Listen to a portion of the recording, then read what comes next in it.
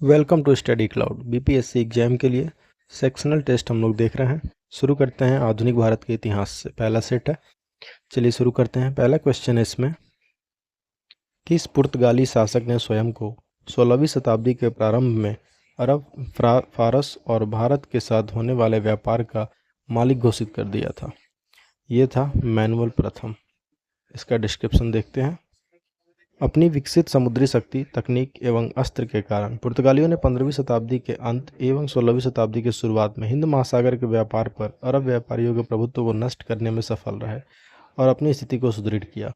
पुर्तगालियों की सुदृढ़ स्थिति के परिप्रेक्ष्य में पुर्तगाल के शासक मैनुअल प्रथम ने 1501 में स्वयं को अरब, फारस और भारत के साथ व्यापार का मालिक घोषित कर दिया। नेक्स्ट है, जब तक आप समुद्री प्रभुत्व रखते हैं आप भारत पर नियंत्रण रखेंगे, और यदि आप ऐसी शक्ति नहीं रखते हैं तो आपको समुद्री तट पर किला उपलब्ध नहीं होगा। उपरोक्त प्रसिद्ध कथन भारत में पुर्तगाली शक्ति के अभ्युदय के संदर्भ में किनका है? ये कथन है फ्रांसिस्को डी अल्मेडा का। ऑप्शन बी हमारा सही उत्तर है। नीचे दिए गए हैं सूची 1 और सूची 2। सूची 1 और सूची 2 का सही मिलान करें।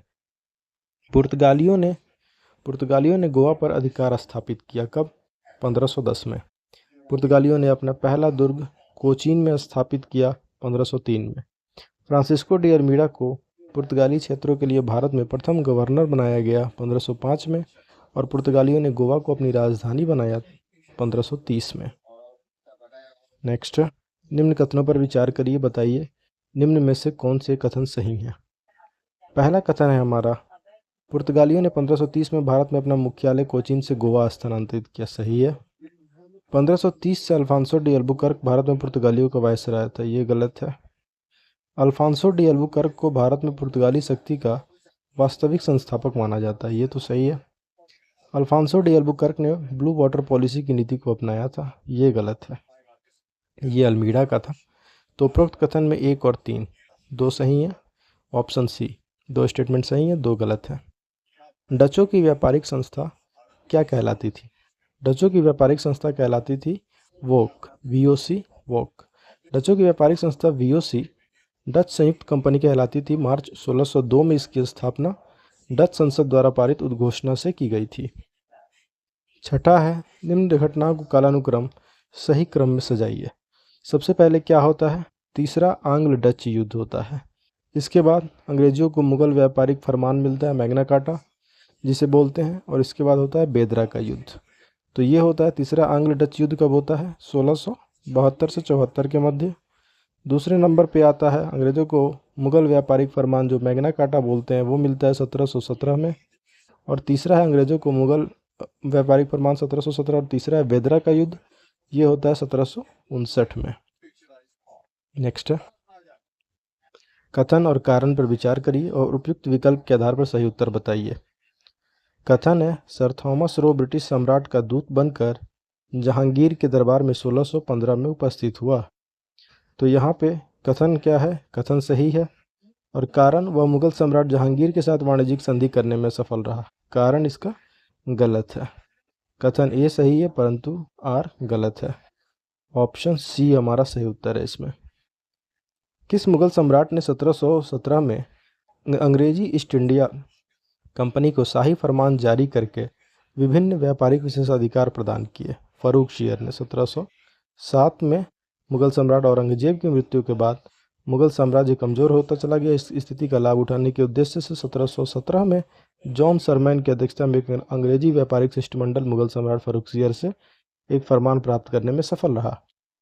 फ्रांसीसी ईस्ट इंडिया कंपनी की स्थापना कब की गई थी? 1664 में।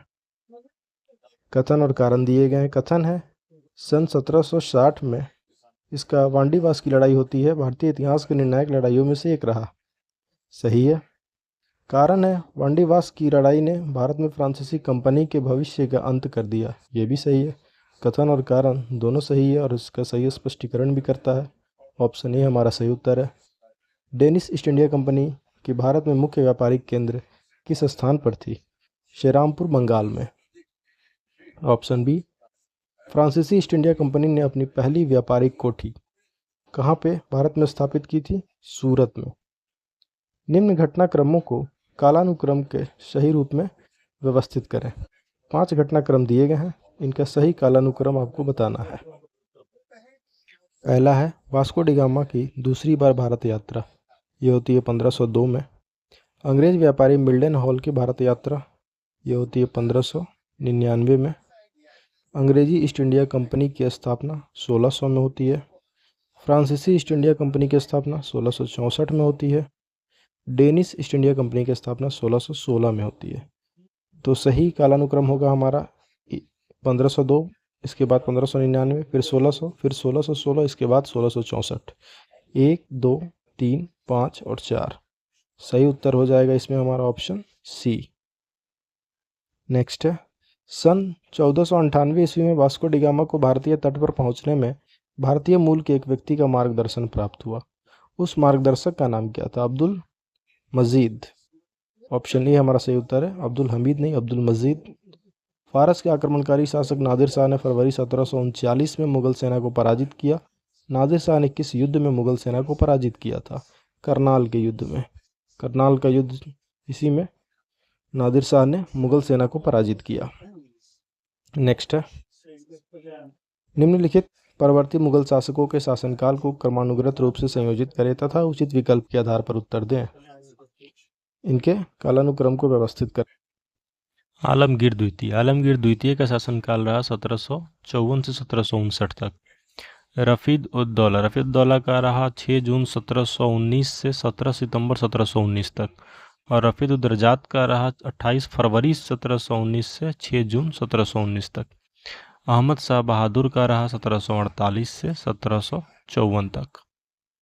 तो इसमें सही विकल्प क्या होगा? सबसे पहले आता है रफीद उद दरजात, ऑप्शन सी। इसके बाद आता है Rafid ud Daula, option B, C B. इसके बाद आता है अहमद शाह बहादुर 1748 से 1754 और इसके बाद आलमगीर द्वितीय 1754 से 1759।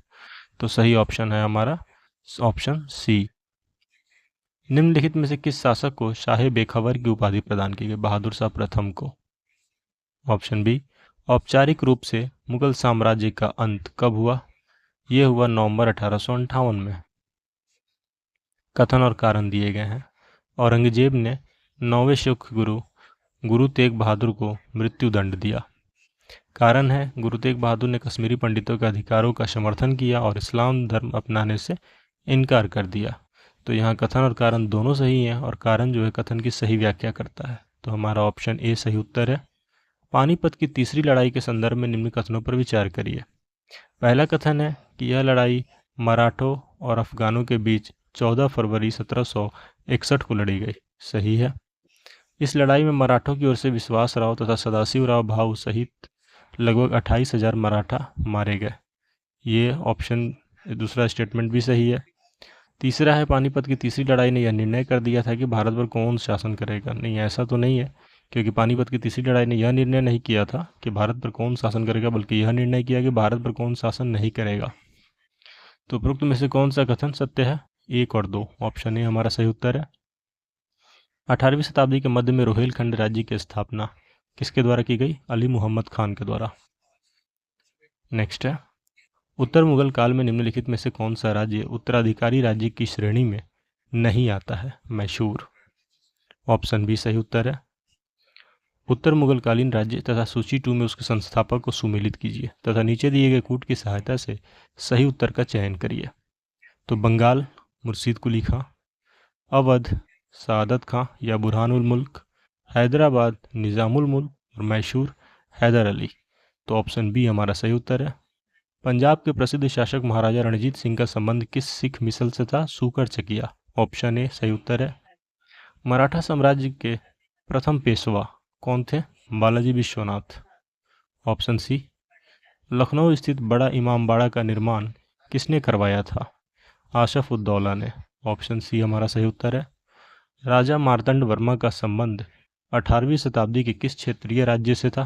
त्रावणकोर से। अंग्रेजी ईस्ट इंडिया कंपनी और बंगाल के नवाब के बीच किस वर्ष अलीनगर की संधि संपन्न हुई थी? ये संपन्न हुई थी 1757 में। बंगाल के निम्नलिखित नवाबों का शासन क्रम कालानुक्रम अनुसार व्यवस्थित करिए तथा उपयुक्त विकल्प के आधार पर सही उत्तर बताइए। यहाँ दिए गए मुर्शीद कुली खान, अली वर्दी खां, और सरफराज खां और शाह शुजा। तो सबसे पहले इसमें आते हैं मुर्शीद कुली खां। मुर्शीद कुली खां का रहा 1700 से 1727 तक। इसके बाद आते हैं शाह शुजा, इनका रहा 1727 से 1739 तक। इसके बाद आते हैं सरफराज खां 1739 से लेकर 1740 तक। और लास्ट में आते हैं अली वर्दी खां 1740 से 1756 तक। तो इसमें सही ऑप्शन है हमारा ऑप्शन सी। रिक्त स्थानों की पूर्ति उचित विकल्प के आधार पर करिए। डैश तक बंगाल का इतिहास नवाब से अंग्रेजों को राजनीतिक सत्ता के क्रमिक हस्तांतरण का इतिहास है। 1757 से लेकर 1765 तक का। Option B. पलासी का युद्ध। पलासी के युद्ध के संबंध में निम्न कथन दिए गए हैं, इन पर विचार करिए और बताइए कि उपरोक्त में से कौन से कथन दिए गए हैं जो कि सही हैं। यह युद्ध 23 दिसंबर को 1757 को लड़ा गया, गलत है। 23 जून 1757 को लड़ा गया था। यह युद्ध अंग्रेजी ईस्ट इंडिया कंपनी और बंगाल के नवाब सिराजुद्दौला के बीच लड़ा गया, सही है। इस युद्ध के बाद 24 परगना की जमींदारी भी ईस्ट इंडिया कंपनी को प्राप्त हुई, सही है। तो 2 और 3, ऑप्शन सी हमारा सही उत्तर है। निम्न में से किसने अपनी राजधानी मुर्शिदाबाद से मुंगेर स्थानांतरित की? मीर कासिम ने। बंगाल में द्वैत शासन को स्थापित करने वाले, द्वैत शासन का अंत करने वाले गवर्नर क्रमशः कौन कौन थे? द्वैत शासन को स्थापित करने वाले कौन थे? Robert Clive. और समाप्त करने वाले वॉरेन हेस्टिंग। तो ऑप्शन बी हमारा सही उत्तर है। द्वितीय आंग्ल मैसूर युद्ध कब लड़ा गया? द्वितीय आंग्ल मैसूर युद्ध हुआ 1780 से 1784 के बीच। प्रथम आंग्ल मैसूर कब हुआ था? 1767 से 1769। द्वितीय हुआ 1780 से 1784। तृतीय आंग्ल मैसूर हुआ 1790 से 1792 और चतुर्थ हुआ 1799 में। निम्नलिखित में से बंगाल के किस गवर्नर जनरल को मार्क्वेस की उपाधि प्रदान की गई थी? इनका नाम क्या था? Arthur Wellesley. ऑप्शन डी हमारा सही उत्तर है। कथन और कारण दिए गए हैं। कथन है टीपू सुल्तान विज्ञान और प्रौद्योगिकी का महान संरक्षक था, सही है। कारण है उसे खगोल विज्ञान की गहरी जानकारी थी, ये गलत है। कथन ए सही है परंतु आर गलत है। ऑप्शन सी हमारा सही उत्तर है। नेक्स्ट है टीपू सुल्तान ने जैकोबियन क्लब को स्थापित करने में किस देश के सैनिकों से मदद ली थी? फ्रांस के सैनिकों से। Option B. सूची 1 और सूची 2 दिए गए हैं, सही सुमेल करके नीचे दिए गए कूट की सहायता से सही उत्तर बताइए। होलकर इंदौर से संबंधित है, गायकवाड़ बड़ौदा से, भोसले नागपुर से और सिंधिया ग्वालियर से। तो हमारा सही उत्तर होगा इसमें ऑप्शन ए 4321। अंग्रेजों एवं मराठा पेशवा के बीच सालवाही की महत्वपूर्ण संधि किस वर्ष में की गई? सालवाही की संधि हुई 1782 में। ऑप्शन सी सही उत्तर है। मराठा परिसंघ को अंतिम और औपचारिक रूप से कब भंग किया गया? 1818 में। 1843 में अंग्रेजों द्वारा सिंध विजय के समय भारत का गवर्नर जनरल कौन था? उस समय lord Ellenborough. Option B. Ring fence की नीति या घेरे की नीति का प्रणेता कौन था? वॉरेन हेस्टिंग था। ऑप्शन ए हमारा सही उत्तर है। भारतीय राज्यों पर अंग्रेजी प्रभुत्व स्थापित करने के लिए किसने प्रशासन में सहायक संधि प्रणाली का सूत्रपात किया? लॉर्ड वेलेजली ने। Option C. निम्न पर विचार करिए ऑप्शन पे जिन्होंने लॉर्ड वेलेजली के साथ सहायक संधि की और उनके द्वारा किए गए संधियों का सही कालानुक्रम नीचे दिए गए कूट से बताइए।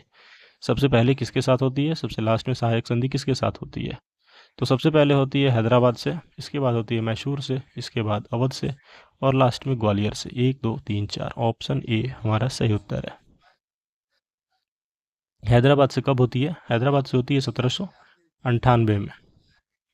1799 में होती है मैसूर में, 1801 में अवध और 1804 में ग्वालियर।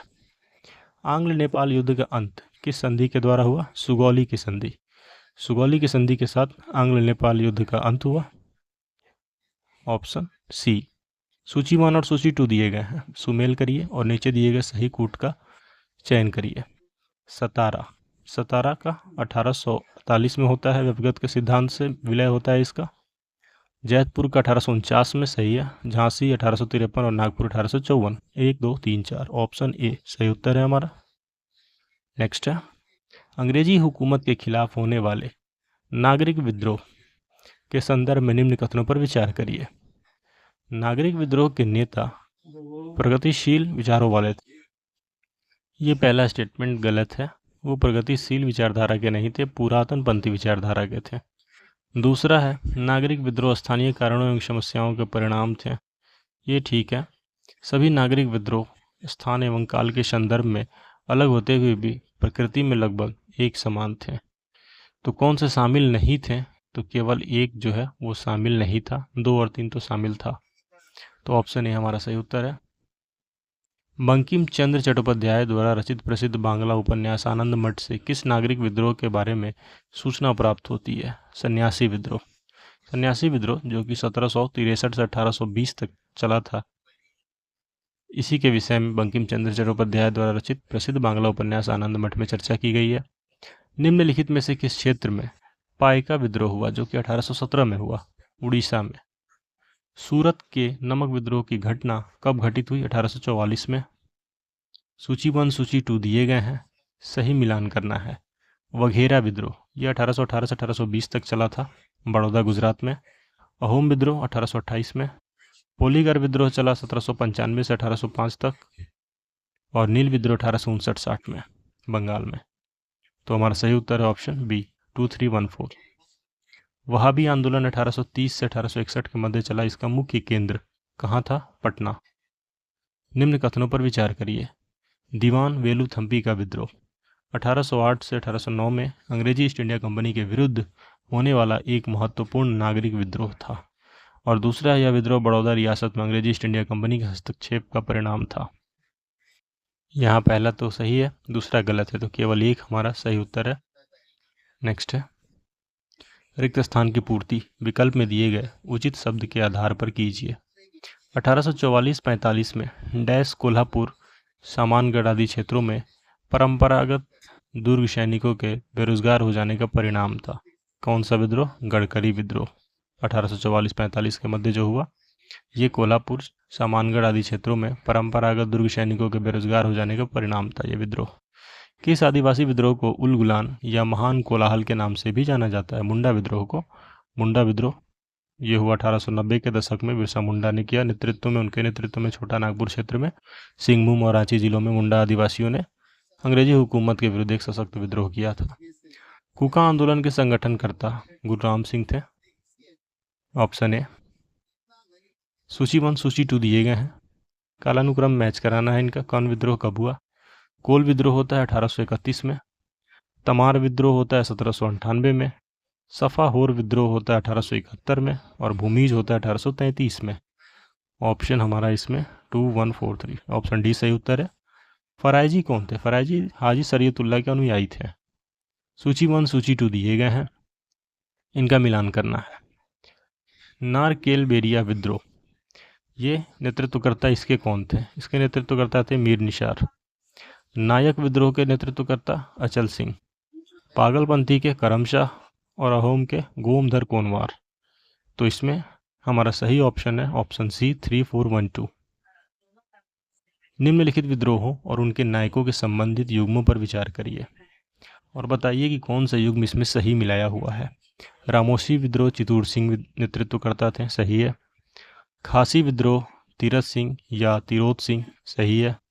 सफाहोर विद्रोह दशरथ मांझी, ये गलत है। सफाहोर विद्रोह का नेतृत्व करता भागीरथ मांझी थे, दशरथ मांझी नहीं थे।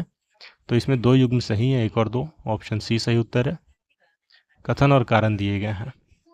कथन है सन 1857 में ब्रिटिश ईस्ट इंडिया कंपनी के विरुद्ध एक सशक्त विद्रोह खड़ा किया, सही है कथन। कारण है ब्रिटिश विस्तारवादी नीतियों, आर्थिक शोषण और विभिन्न वर्षों में प्रशासनिक नवोन्मेषों में के विभिन्न भारतीय समुदायों को प्रतिकूल रूप से प्रभावित किया था। कारण भी उपयुक्त सही है। कथन और कारण दोनों सही हैं, और कारण जो है कथन का सही स्पष्टीकरण है, ऑप्शन ए। 1857 के विद्रोह का प्रतीक क्या था? 1857 के विद्रोह का प्रतीक था कमल और रोटी।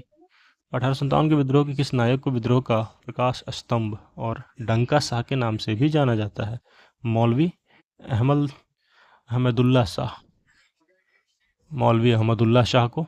नीलांबर और पीताम्बर 1857 के विद्रोह के प्रमुख नायक थे। किस क्षेत्र से ये दोनों संबंधित थे? ये झारखंड क्षेत्र से संबंधित थे, ऑप्शन डी। सूची 1 सूची 2 दिए गए हैं, सही मिलान करना है। किस क्षेत्र से कौन नेतृत्व करता थे? इसके नायक कौन थे? गोरखपुर उत्तर प्रदेश से गजाधर सिंह, मथुरा से देवी सिंह, मेरठ से कदम सिंह और ग्वालियर से तात्या टोपे।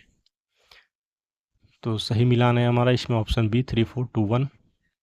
नेक्स्ट है 1857 का विद्रोह सचेत संयोग से उपजा एक राष्ट्रीय विद्रोह था। ये उपयुक्त कथन किसका था? यह कथन था बेंजामिन डिज़रायली का।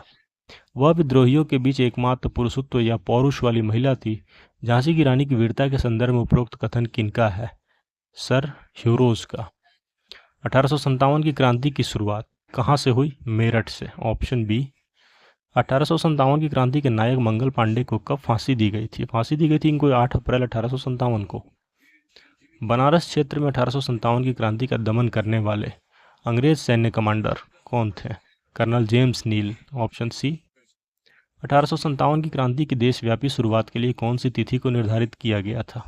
31 मई 1857, ऑप्शन डी। श्वेत विद्रोह या व्हाइट म्यूटिनी, इसका क्या तात्पर्य है? इसका तात्पर्य है ईस्ट इंडिया कंपनी के ब्रिटिश सैनिकों का विद्रोह। 1857 के विद्रोह का एक प्रमुख तत्व हिंदू मुस्लिम एकता भी माना जाता है। निम्न में से कौन सा घोषणा पत्र इसकी पुष्टि करता है? इसकी पुष्टि करता है आजमगढ़ का घोषणा पत्र। कथन और कारण दिए गए, विचार करिए इस पर और उपयुक्त विकल्प के आधार पर सही उत्तर बताइए।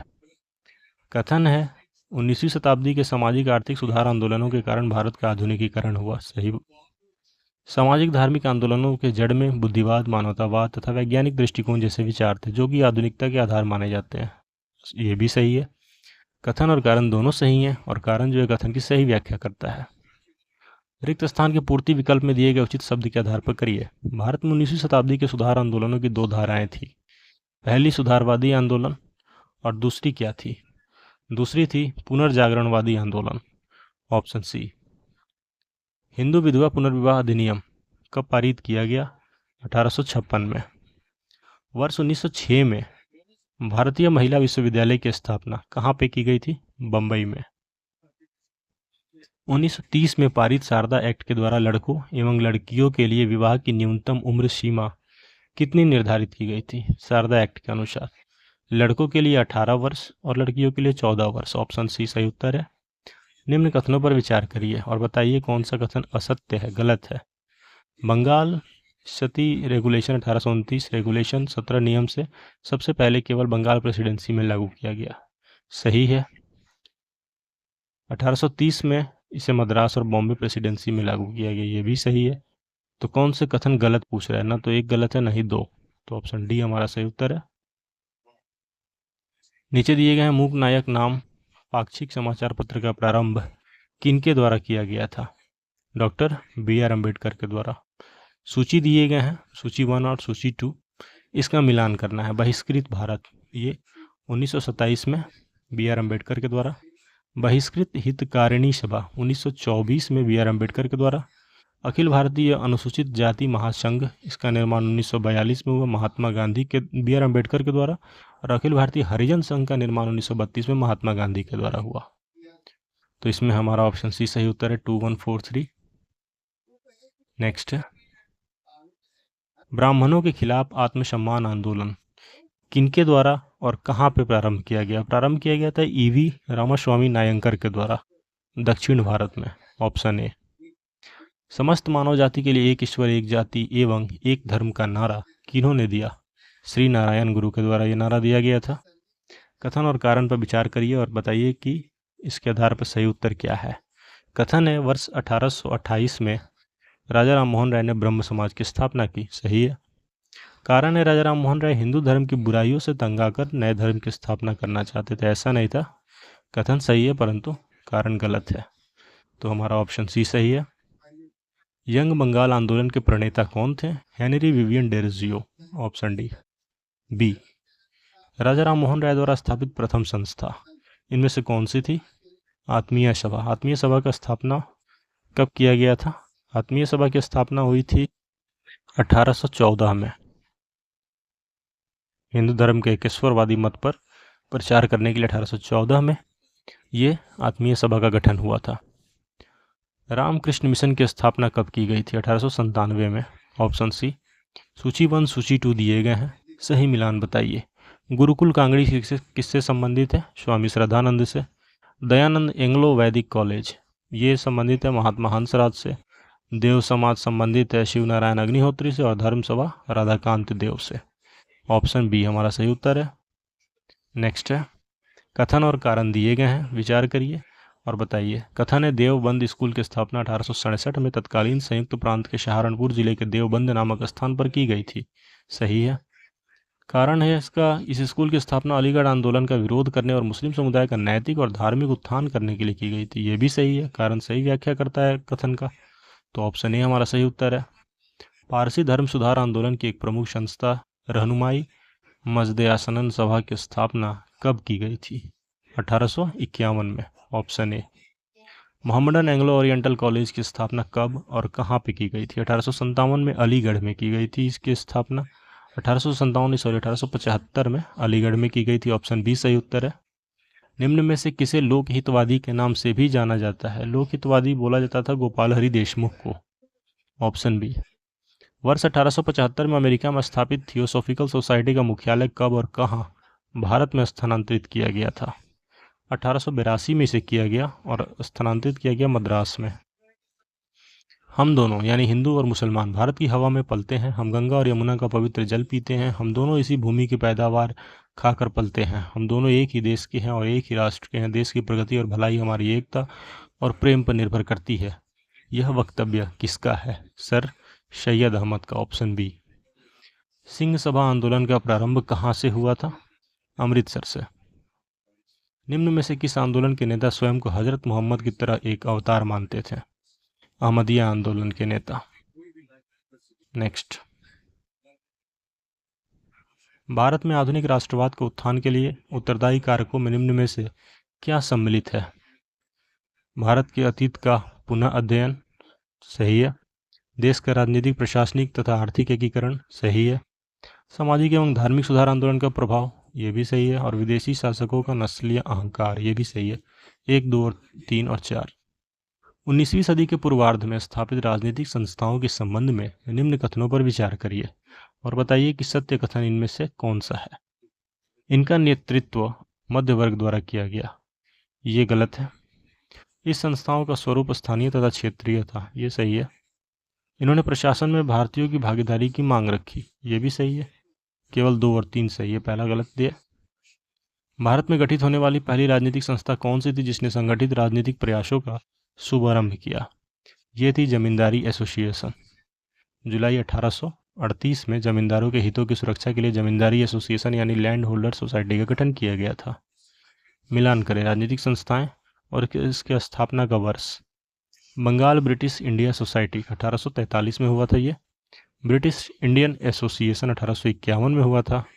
बंग भाषा प्रकाशिका सभा 1836 में और बॉम्बे एसोसिएशन 1852 में। सही उत्तर है ऑप्शन बी। निम्न में कौन बॉम्बे प्रेसिडेंसी एसोसिएशन के संस्थापक सदस्य में नहीं थे? नहीं थे। सैयद अहमद तो थे, फिरोज शाह भी थे, केटी तेलंग भी थे, महादेव गोविंद रानाडे नहीं थे। ऑप्शन डी हमारा सही उत्तर है। निम्न संस्थाओं को स्थापना वर्ष के कालक्रम के आधार पर व्यवस्थित करिए। सबसे पहले कौन होता है, सबसे बाद में कौन होता है? मद्रास महाजन सभा का कब होता है? 1884 में इसका स्थापना होता है। बॉम्बे प्रेसिडेंसी का इसका स्थापना 1885 में होता है। और पूना सार्वजनिक सभा 1870 में होता है। और ईस्ट इंडिया एसोसिएशन की स्थापना 1866 में होता है। तो सबसे पहले आता है 1866, फिर 70, फिर 84, फिर 85। तो सही उत्तर हो जाएगा हमारा ऑप्शन डी 4312। निम्नलिखित कथनों पर विचार करिए। बताइए कि इसमें से असत्य कथन कौन सा है, गलत। 1875 में शिशिर कुमार घोष ने इंडिया लीग की स्थापना की। सही है। इंडियन एसोसिएशन की स्थापना 1876 में हुई। ये भी सही है। तो कोई भी गलत नहीं है, ना तो 1 नहीं 2। Option D. उदारवादी चरण के नेताओं के संबंध में निम्न कथनों पर विचार करिए। उन्होंने प्रार्थना एवं याचिका की पद्धति को अपनाया। वे उपनिवेशी शासन को भारतीय शासन में परिवर्तित करने के प्रयास में विश्वास रखते थे। बताना है कि असत्य कथन कौन सा है। तो पहला भी तो सही है, दूसरा भी सही है। तो ना ही पहला असत्य है, ना ही दूसरा असत्य है। Option D. नेक्स्ट है, इंडियन एसोसिएशन के प्रमुख कार्यों का में क्या सम्मिलित नहीं था? चार ऑप्शन दिए गए हैं। भारतीय सिविल सेवा परीक्षा के अभ्यर्थियों की आयु सीमा घटाने का विरोध, ये तो था उसमें। उच्च प्रशासनिक पदों का भारतीयकरण करने की मांग, ये भी सम्मिलित था। आर्म्स एक्ट और वर्नाक्युलर पैक्स एक्ट के विरुद्ध प्रचार अभियान चलाया, ये भी था। स्वशासन के मुद्दे को उठाया, नहीं, इंडियन एसोसिएशन में ये शामिल नहीं था स्वशासन के मुद्दे को उठाना, तो ऑप्शन डी हमारा सही उत्तर है। निम्न कथनों पर विचार करिए और बताइए सत्य कथन कौन सा है। वर्ष 1883 में अखिल भारतीय कॉन्फ्रेंस का आयोजन किया गया, सही है। एओ ह्यूम द्वारा 1884 में इंडियन नेशनल यूनियन की स्थापना हुई, ये भी सही है। 1 और 2 दोनों सही हैं। कांग्रेस की स्थापना के संबंध में निम्नलिखित में से असत्य कथन को चयन करिए। कथन दिए गए एओ ह्यूम के अतिरिक्त सुरेंद्र नाथ बनर्जी और आनंद मोहन बोस कांग्रेस के प्रमुख निर्माता माने जाते हैं, सही है। कांग्रेस के प्रथम अधिवेशन में 82 प्रतिनिधियों ने भाग लिया, गलत है। 82 नहीं, 72 प्रतिनिधियों ने भाग लिया था। प्रथम अधिवेशन की अध्यक्षता व्योमेश चंद्र बनर्जी ने की, सही है। अखिल भारतीय कांग्रेस का गठन बॉम्बे में हुआ, सही है। तो असत्य कथन इसमें से कौन सा है? Option B. प्रारंभिक चरण में भारतीय राष्ट्रीय कांग्रेस के उद्देश्य में क्या सम्मिलित था? इनमें से लोकतांत्रिक राष्ट्रवादी आंदोलन चलाना, सही है। आंदोलन के लिए मुख्यालय की स्थापना करना, ये भी सही है। आम जनता को राष्ट्रीय आंदोलन से जोड़ना, नहीं, ये उसमें नहीं था उद्देश्य में। उपनिवेशवादी विरोधी विचारधारा को प्रोत्साहन एवं समर्थन देना, ये भी सही है। तो सत्यकूट का चयन करें और बताएं कि इनमें से कौन कौन उद्देश्य में शामिल था। 1, 2 और 4। ऑप्शन बी हमारा सही उत्तर है इसमें। नेक्स्ट, निम्न में किस संस्था को भारतीय राष्ट्रीय कांग्रेस का अग्रदूत माना जाता है या कहा जाता है? तो ये कहा जाता है इंडियन एसोसिएशन को। ऑप्शन सी हमारा सही उत्तर है। लंदन में भारतीय राष्ट्रीय कांग्रेस की ब्रिटिश कमेटी इंडिया की स्थापना किस वर्ष की गई? 1889 में। उदारवादियों ने भारतीयों की आर्थिक स्थिति ठीक करने के लिए क्या मांग की? भू राजस्व में कमी करना, सही है। नमक कर का उन्मूलन, सही है। सैन्य खर्च में कटौती करना, सही है। स्वदेशी वस्तुओं का प्रयोग करना, ये भी सही है। 1, 2 और 3 और 4, चारों के चारों सही हैं। ऑप्शन डी हमारा सही उत्तर है। भारतीय परिषद अधिनियम 1892, इसके प्रावधानों में क्या सम्मिलित नहीं था? इस अधिनियम द्वारा केंद्रीय एवं प्रांतीय विधान परिषदों को विस्तार किया गया, ये तो सम्मिलित था, सही है। इस अधिनियम द्वारा ब्रिटिश सरकार ने भारत में पहली बार प्रतिनिधित्व के सिद्धांत को स्वीकार किया, सही है। विधानमंडल के सदस्यों को सार्वजनिक हित के मसलों पर प्रश्न पूछने का अधिकार मिल गया, ये भी सही है। गैर सरकारी सदस्यों को बजट पर संशोधन प्रस्ताव रखने का अधिकार दे दिया गया, नहीं, ये सही नहीं है, उन्हें अधिकार नहीं दिया गया था। सेफ्टी वाल्व का सिद्धांत किसने प्रतिपादित किया? सेफ्टी वाल्व का सिद्धांत इसमें से किसका था? लाला लाजपत राय का, ऑप्शन ए। कांग्रेस को राष्ट्रद्रोहियों की संस्था कहकर किसने पुकारा था? डफरिन ने, ऑप्शन सी।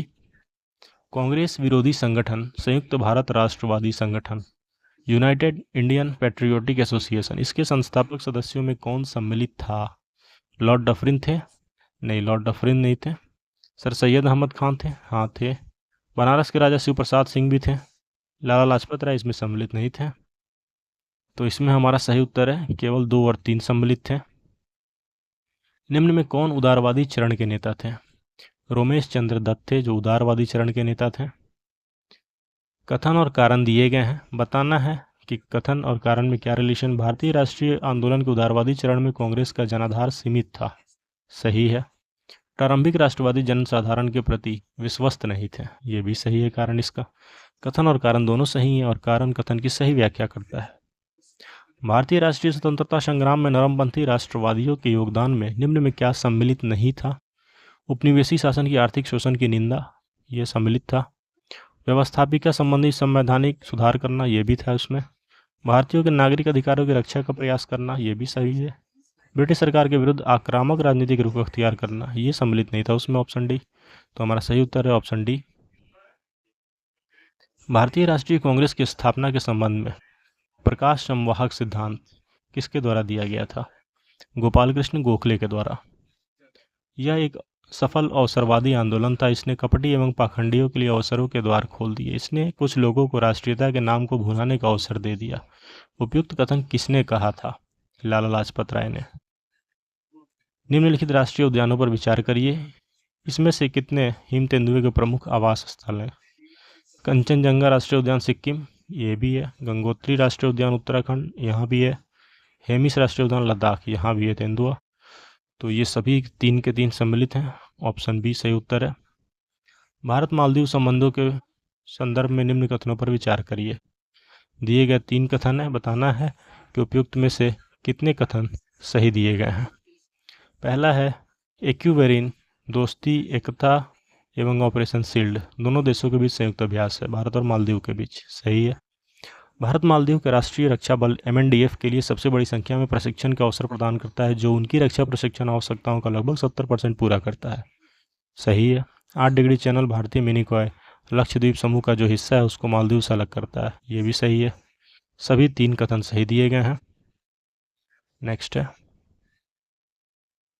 निम्न युग्मों पर विचार करिए। पहला है आदि के कीर, GI टैग और राज्य दिए गए हैं, बताना है कौन से सही सुमेलित हैं।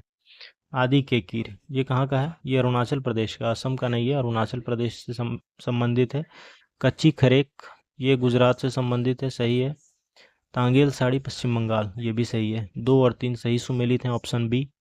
वैश्विक जोखिम रिपोर्ट 2024 निम्न में से किसके द्वारा जारी की जाती है? विश्व आर्थिक मंच के द्वारा ये जारी की जाती है, वर्ल्ड इकोनॉमिक फोरम। भारतीय मूल के किस खिलाड़ी ने उज्बेकिस्तान के समरकंद में आयोजित 2023 विश्व शतरंज चैंपियनशिप में रजत पदक हासिल किया? कोनेरू हम्पी ने। केंद्रीय मंत्रिमंडल ने हाइड्रोकार्बन क्षेत्र सहयोग के लिए किन 2 देशों के बीच समझौते ज्ञापन को मंजूरी दी है? भारत और गुयाना। हाल ही में खबरों में रहा दृष्टि 10 स्टारलाइनर, ये क्या है? दृष्टि 10 स्टारलाइनर ये भारतीय नौसेना का स्वदेशी UAV है। निम्न में से कौन सुकन्या समृद्धि योजना के प्रावधानों में सम्मिलित नहीं है? ये बताना है। यह योजना महिला एवं बाल विकास मंत्रालय की पहल है, ये गलत है, ये वित्त मंत्रालय की पहल है, पहला गलत है। जनवरी से मार्च 2024 तिमाही के लिए ब्याज दर 8% से बढ़ाकर 8.9% कर दिया गया है। तो बताइए ये सम्मिलित है या नहीं है? ये पूछ रहा है कौन सा इसमें सम्मिलित नहीं है, तो पहला तो नहीं है, दूसरा भी नहीं है।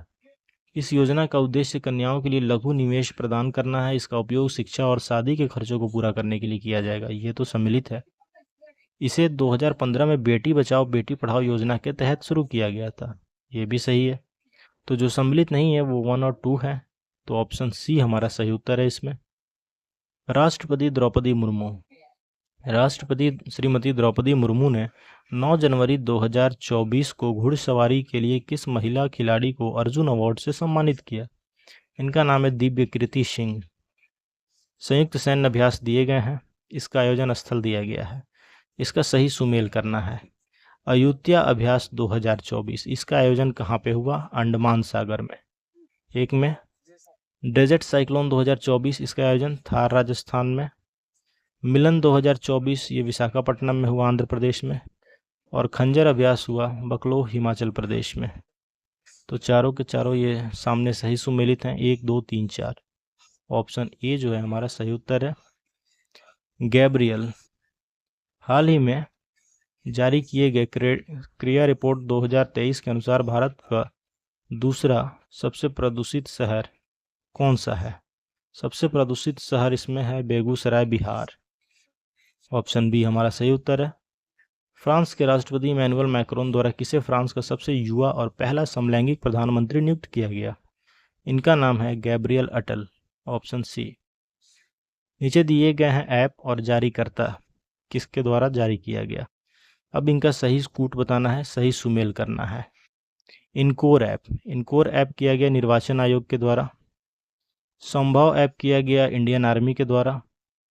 उल्लास ऐप किया गया शिक्षा मंत्रालय के द्वारा, वस्त्र नहीं शिक्षा मंत्रालय के द्वारा किया गया था ये।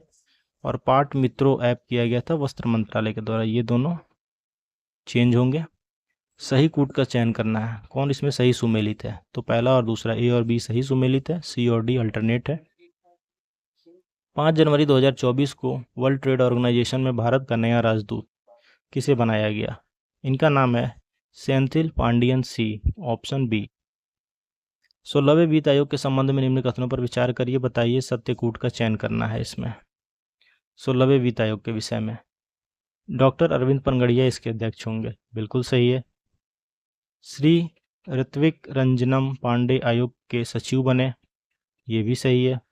16वां वित्त आयोग अप्रैल 2025 से शुरू होकर 5 साल की अवधि के लिए कार्य करेगा। ये तीसरा जो स्टेटमेंट है वो गलत दिया गया है। ये अप्रैल 2026 से शुरू होकर 5 साल के लिए काम करेगा।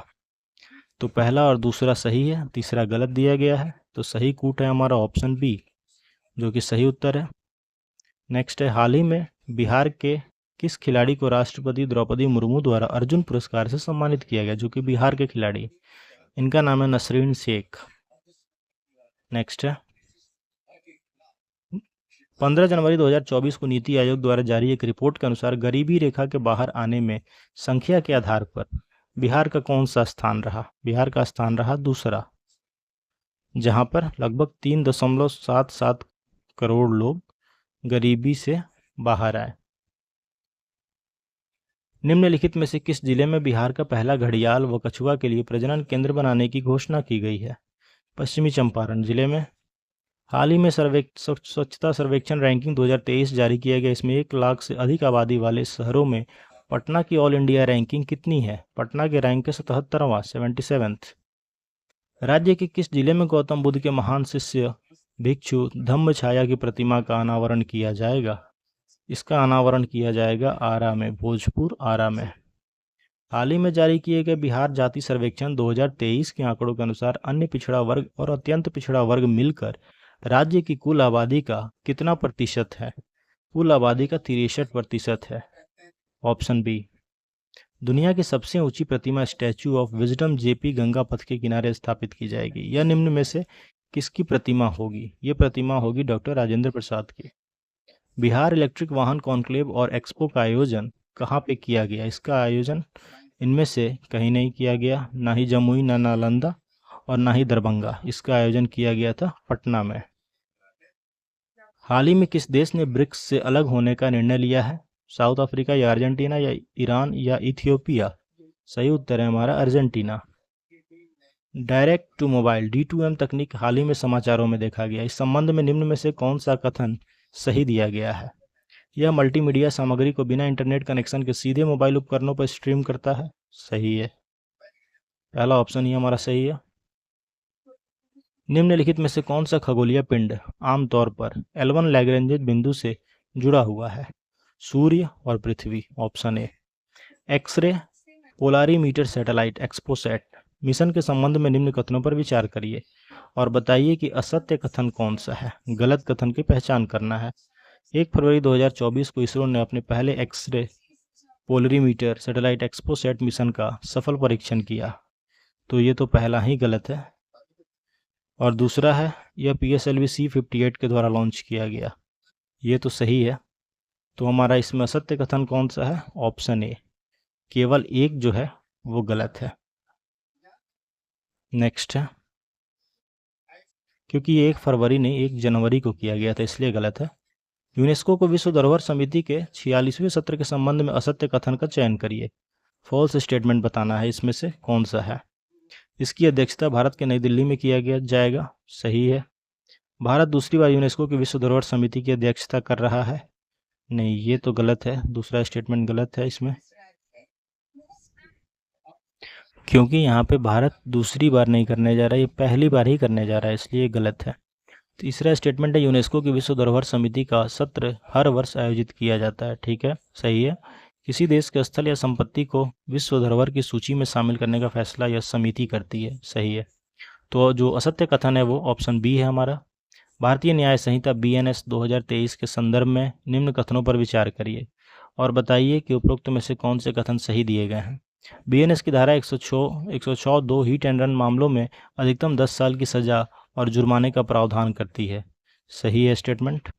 धारा 106(2) को एक जमानती प्रावधान के रूप में जाना जाता है जो जमानत की संभावना की अनुमति देता है। ये गलत है। तो हमारा केवल ऑप्शन ए सही है, स्टेटमेंट 1 सही है, 2 गलत है। जनवरी 2024 में खबरों में रहे उष्णकटिबंधीय चक्रवात अल्वारो किस क्षेत्र से संबंधित है? मेडागास्कर से संबंधित है। तो ये थे पहले सेट के 150 प्रश्न। नेक्स्ट वीडियो में दूसरा सेट देखेंगे। Thanks for watching. Keep supporting study cloud. Thank you.